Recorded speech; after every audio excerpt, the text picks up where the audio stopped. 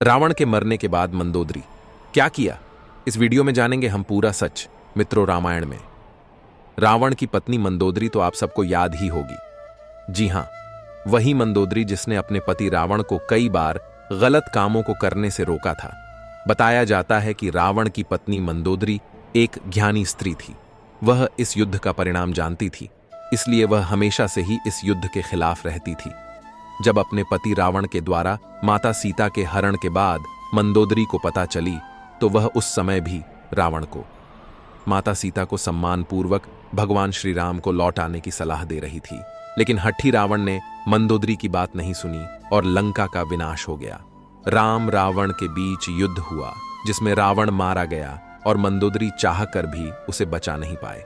लेकिन क्या आपको यह पता है कि रावण के मरने के बाद मंदोदरी का क्या हुआ? आखिर कौन थी मंदोदरी? क्या सच में रावण के बाद मंदोदरी ने विभीषण से दूसरी शादी कर ली थी? अगर आप भी इन प्रश्नों का जवाब जानना चाहते हैं तो इस वीडियो के अंत तक जरूर बना रहेगा। लेकिन मित्रों, वीडियो में हम आगे बढ़े उससे पहले अगर आप इस चैनल पर नए हैं तो चैनल को सब्सक्राइब करके बेल आइकन को प्रेस कर दें, ताकि हमारी आने वाली हर वीडियोस की नोटिफिकेशन आपको मिलती रहे। तो चलिए शुरू करते हैं। कौन थी मंदोदरी? हिंदू पुराणों में उल्लेखित एक कथा के मुताबिक मधुरा नाम की एक अप्सरा हुआ करती थी, जो भगवान शिव से काफी ज्यादा प्रभावी थी। इसलिए एक बार वह उनसे मिलने कैलाश पर्वत पर पहुंच गई। उस वक्त कैलाश पर्वत पर भगवान शिव अकेले थे। माता पार्वती कही गई हुई थी। तथा के मुताबिक भगवान शिव को कैलाश पर्वत पर अकेला पाकर अप्सर मधुरा उन्हें लुभाने की कोशिश करने लगी। कुछ देर बाद जब देवी पार्वती कैलाश पर्वत पर आई तो उन्होंने मथुरा के शरीर पर भगवान शिव का भस्म लगा हुआ पाया, जिसे देखकर माता पार्वती क्रोधित हो गई और क्रोध में आकर उन्होंने मधुरा को श्राप दे दिया कि तुम अगले 12 वर्ष तक मेढक के रूप में जीवन व्यतीत करोगे। माता पार्वती का श्राप और क्रोध देखकर मधुरा डर गई और हाथ जोड़कर उनसे माफी मांगने लगी, जिसके बाद माता पार्वती ने उसे कहा कि सही समय आने पर तुम श्राप मुक्त हो जाओगे। और जैसा कि माता पार्वती ने श्राप दिया था, अब सारा मधुरा तुरंत ही मेंढकी बन गई, जिसके बाद वह धरती लोक पर विचरण करने लगी। मेढक रूपी मधुरा पृथ्वी लोक पर किसी तरह अपने दिन गुजार रही थी। लेकिन तभी एक दिन अचानक एक भयंकर सप्तमेश की मधुरा को खाने के लिए उसके पीछे पड़ गया। मेढकी मधुरा अपनी जान बचाने के लिए भागने लगी और भागते भागते हुए सप्त आर्षियों के आश्रम में पहुंच गए, जहां उन्होंने खीर बनाने के लिए खीर का बहुत बड़ा बर्तन लकड़ी के चूल्हे पर छाया हुआ था।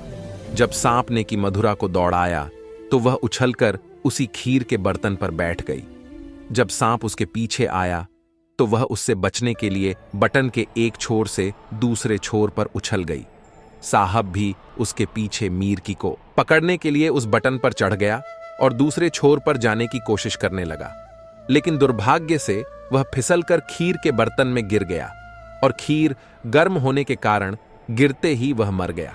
किंतु उम्मीद की बनी उस मधुरा को यह चिंता सताने लगी कि जब दृश्य गण यहां आएंगे और बेरिया खीर खाएंगे तो जहरीले सांप की वजह से उनकी मृत्यु हो जाएगी। और मधुरा यह हरगिज नहीं चाहती थी उसकी वजह से सप्त आर्षियों की जान जाए। इसलिए वह वहीं बैठकर रस्सियों का इंतजार करने लगी।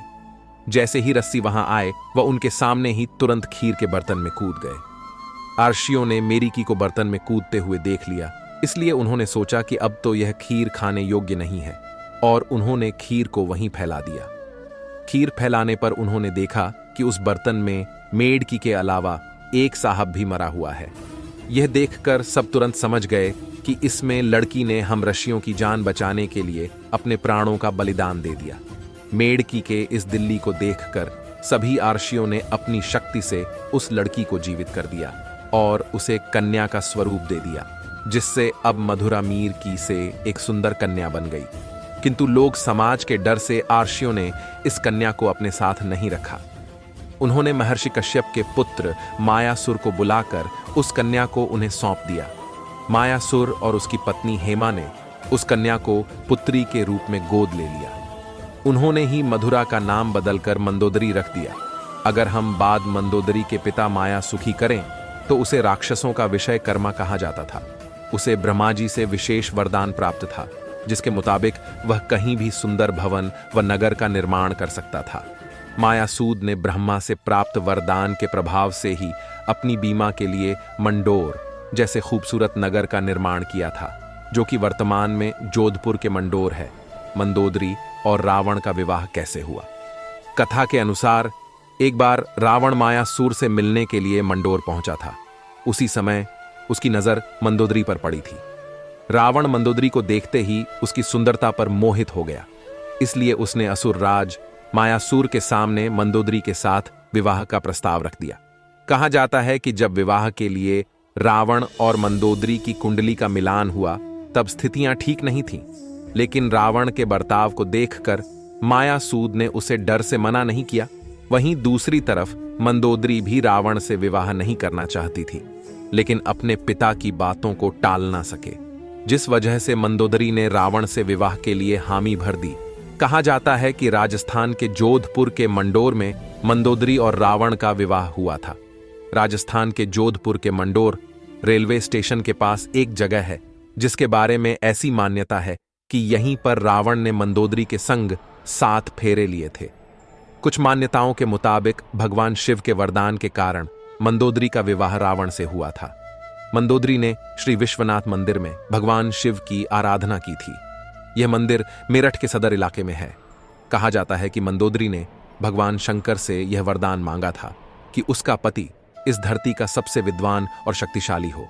उस समय रावण ही एकमात्र ऐसा पुरुष था जो धरती का सबसे विद्वान और शक्तिशाली था। कहते हैं रावण मंदोदरी की सुंदरता पर इस कदर मोहित हुआ कि उसकी कई रानियां होते हुए भी उसने मंदोदरी को वचन दिया कि केवल मंदोदरी ही उनकी प्रमुख रानी और लंका की महारानी होगी। कथाओं में मंदोदरी को एक पतिव्रता नारी के रूप में वर्णित किया गया है।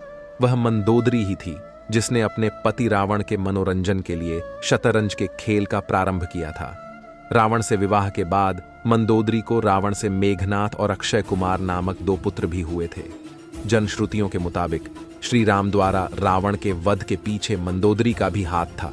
कहा जाता है कि रावण की मृत्यु एक दिव्य बाढ़ से हो सकती थी और उस दिव्य बाढ़ के बारे में रावण ने सिर्फ मंदोदरी को ही बताया था, लेकिन हनुमान जी ने बहुत ही चालाकी से अपनी बातों में फंसाकर मंदोदरी से इस बांध के बारे में जानकारी हासिल करके उसे छोड़ा लिया और इस बांध की मदद से प्रभु श्री राम ने रावण का वध कर दिया था। कहते हैं कि मंदोदरी अपने पति द्वारा किए गए बुरे कार्यों से अच्छी तरह परिचित थी। वह हमेशा रावण को यही सलाह देती थी कि बुराई के मार्ग को त्याग कर सत्य की शरण में आ जाए, लेकिन अपनी ताकत पर घमंड करने वाले रावण ने कभी मंदोदरी की बात को गंभीरता से नहीं लिया और उसका परिणाम तो आप सभी जानते ही हैं, क्योंकि मंदोदरी ने विभीषण से विवाह जब रावण ने सीता का हरण किया था उस वक्त मंदोदरी ने इसका विरोध किया। उसने रावण को मां सीता को पुनः राम को सौंपने को कहा था, लेकिन रावण ने मंदोदरी की बात को अनसुना कर दिया। प्रचलित कथाओं के मुताबिक राम रावण के युद्ध में विभीषण और मंदोदरी सहित कुछ गिने चुने लोगों को छोड़कर रावण के पूरे कुल का नाश हो गया था। रावण की मृत्यु की खबर जब मंदोदरी को मिली तो वह विलाप करते हुए युद्ध भूमि में पहुंच गई और रावण के शव को देखकर वो तेज आवाज निकालकर रोने लगी। कहते हैं वहां युद्ध भूमि में मंदोदरी की नजर प्रभु श्री राम से भी टकराई। मंदोदरी को इस तरह से विलाप करता देख प्रभु श्री राम को भी अति दुख हुआ था। लंका के सुखद भविष्य के लिए श्री राम ने विभीषण को लंका का राज्यपाट सौंप दिया था और उन्होंने मंदोदरी के सामने विभीषण से विवाह करने का प्रस्ताव रखा था, लेकिन उस समय मंदोदरी ने इसका कोई उत्तर नहीं दिया। इसके बाद प्रभु श्री राम अपनी पत्नी सीता और भाई लक्ष्मण के साथ वापस अयोध्या लौट गए। दूसरी तरफ मंदोदरी ने रावण के वियोग में खुद को लंका के महल के कमरे में कैद कर लिया। बहुत दिनों तक इस कमरे में कैद रहने के बाद वह बाहर निकली और फिर उसने विभीषण से विवाह कर लिया। लेकिन कुछ विद्वान इस बात को सीधे तौर पर नकारते हैं। उनका मानना है कि असत्य के बदल दिया है इनका सच्चाई से कोई भी लेना देना ही है। दरअसल इन विद्वानों के मुताबिक मंदोदरी एक पतिव्रता नारी थी। वह अपने पति के प्रति पूरी तरह से समर्पित थी। इतनी महान ज्ञानी और पतिव्रता नारी ऐसा निर्णय नहीं ले सकती। ऐसे में रावण की मृत्यु के बाद मंदोदरी का विभीषण से विवाह करना एक किंवदंती के अलावा और कुछ नहीं है।